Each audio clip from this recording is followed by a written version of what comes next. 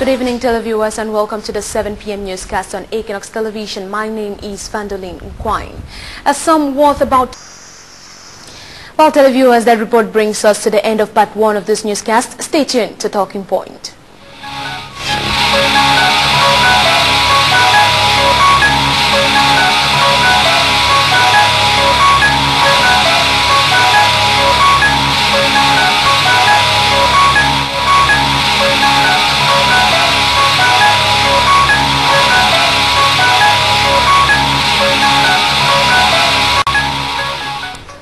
On Talking Point tonight, we are receiving two gentlemen, Mr. Awafong Julius.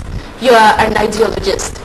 Yeah. And you're Mr. Nji Awah. You're welcome to Talking Point. Thank you. You're a civil society activist, so I'm going to be opposing you to Mr. Julius Awafong, who is proposing an ideology to the Cameroonian, let me say, international community. So, Mr. Julius Awafong, you believe that the contemporary system of democracy is outdated. So you're proposing vote sizing. Can you tell us what exactly is vote sizing? Yeah, vote sizing starts by questioning the efficiency of the one-man, one-vote model of democracy. Just like any democratic reform, we simply say that the one-man, one-vote approach to democracy is outdated and is a main cause of corruption today. So we need to change that. Some people in society need power to better off themselves, and we need to pay more attention on them by giving them an extra vote. So when you say outdated, what do you mean by outdated? What exactly about the contemporary system of democracy is outdated? The one-man, one-vote approach to democracy is unable to fight the social ills we have today. How is it unable? What proves that it has failed? Read the newspaper headlines. Tell us. Every day. You can tell us your proposing ideology. So to be able to understand this, you must tell us what you've discovered. Okay. You see, the problem with the world today is everything seems not to be moving. People embezzle here, people cry here, there is finger pointing left and right, and that is a bad sign for society. People don't vote anymore. There's voter apathy. So we think that is a bad sign. And it is a bad sign because the laws, the constitution of our country, of our states in the world, are unable to fight these evils. We don't live by people's sentiment. We live by reforming our constitution and our laws, and that is done basically through elections, so proper elections. Let me come to Mr. Nji Awah. You're from a layman's point of view. What do you think about his idea of vote sizing? It sounds very interesting, but again, it's very, very complex. Complex because the situation back at home here in Cameroon, for example, it's very, very difficult for us to talk about vote sizing in Cameroon because the first issue from the definition, it's very, very complex. And I think it's very, very difficult, again, to accept, vote sizing in Cameroon, for example, because we are still trying a system that is unable to deliver the goods right now. So before we come back to vote sizing, would you agree with him that a contemporary system of democracy is outdated? Outdated? No, I don't think it's outdated, but we need to reform certain aspects of the system, and not that it is outdated. Do you see any flaws with our contemporary system of democracy? Well, right. There are flaws, and I think those flaws can be adjusted. And I think at the level of those who are managing the system and not the system itself. Yes. So Mr. Julius, you believe that our democracy is outdated. So what should we do? How should we vote? See, democracy, as far as vote sizing is concerned, basically means the well-being of the majority of the people. That is what democracy is all about. Now, if you look back in the history of democracy, we evolve by reforming the way we vote. We don't evolve by complaining and by pointing fingers. We evolve by going down to the laws, and going back down to laws means we start from the basics of laws. That is voting. That is it. Once elections are failed, everything else is bound to fail in society. So how should the society perceive vote sizing? Today we have technology. Technology is highly improved. We use technology in diverse fields of life. We use it to fly astronauts to the moon, you use it to money transfer agencies, you use it on credit cards, and it works perfectly. So it's only in our own interest to use this technology at polling station to scale down the votes of certain people depending on certain criteria. These votes exactly should be scaled down. The reason why we vote is because we want to better off ourselves.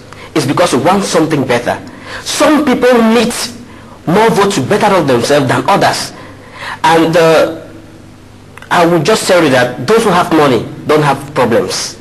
So? Social problems. Which means? So if you are rich, if you are the wealthiest guy in Cameroon, your vote should scale to zero. You don't need to vote. With him on that point. I think the first problem with the system there, how do you evaluate the worth of somebody in Cameroon? That is corruption at work. Now we're talking about corruption. The reason why you can't know some people's worth is because they play all sort of games. They don't pay their taxes.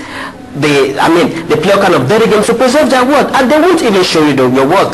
Worth needs to be exposed, and the fact that it's not exposed means there is corruption at work, and you need to fight that by giving power to those who are most affected when society is badly run, when there is bad governance. Some people are most affected, and these people need a larger vote to fight out these issues, not by complaining. But you know that normally everyone has a right to a single vote. So how would the votes be rated in terms of what you're talking about? In terms of prestige, growth, or... Everyone has a right to live better in a society, not to just have a single vote.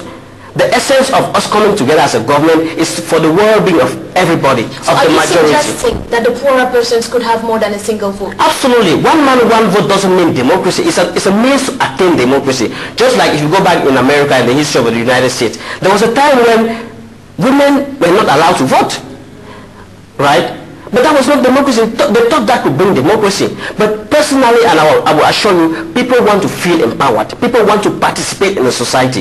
They need their voices to be heard. And for that to be done, you need to give those who really want their voices to be heard an extra vote. We have two fundamental values on which we operate. You have the economic power and you have the political power. By the time you merge these two, by the time someone uses his economic power to grab political power, we call that corruption. I'll be coming back to you, Julius Awafong, but let Mr. Awanji tell us, is it possible for votes to be rated in the way Mr. Julius is proposing? It is very, very complex, as I indicated to you, that it's very, very complex, because one of the criteria that you need should be to be able to evaluate the worth of the person in question. And that is supposed to be indicated. I mean, you have to indicate that on the card, or the card that you're supposed to use maybe for the voting exercise. You need to indicate the worth, if the person is rich or the person is poor. And the problem here is, how do you evaluate whether somebody is rich or that person is poor, considering the context under which we are operating? So it is very, very difficult and very, very complex in itself to evaluate worth in Cameroon, for example. So that is where we have the first limitation. So who is poor and who is rich? So how do you go about with that? That is the problem. And that is the limitation that we have with the vote sizing exercise that we are talking about here. Let me take from Mr. Awanji to ask you about how possible it is to give a poor person, a poor person's vote a greater value. A poor man needs votes more than a rich man. How possible is it by using a poor person's vote a greater value? We've designed a ballot paper as far as vote sizing is concerned. On that ballot paper, you have your section that carries the barcode. This barcode represents your tax income, how much you pay as tax. From this one, we can know how much you earn or how much money you have. Now, when you check the party or the person for whom you're voting for, this share of section simply indicates that this thing belongs to you. You match with the barcode section. Now, when you slid this into your computer scanner at the polling station, it scans this barcode. Now, if you are a billionaire, your vote will simply be scaled down using certain formulas that we should put in the computers. Those who need better elections should handle elections. This will simply scale down your vote to zero, depending on the person you're voting for. If you are a street guy,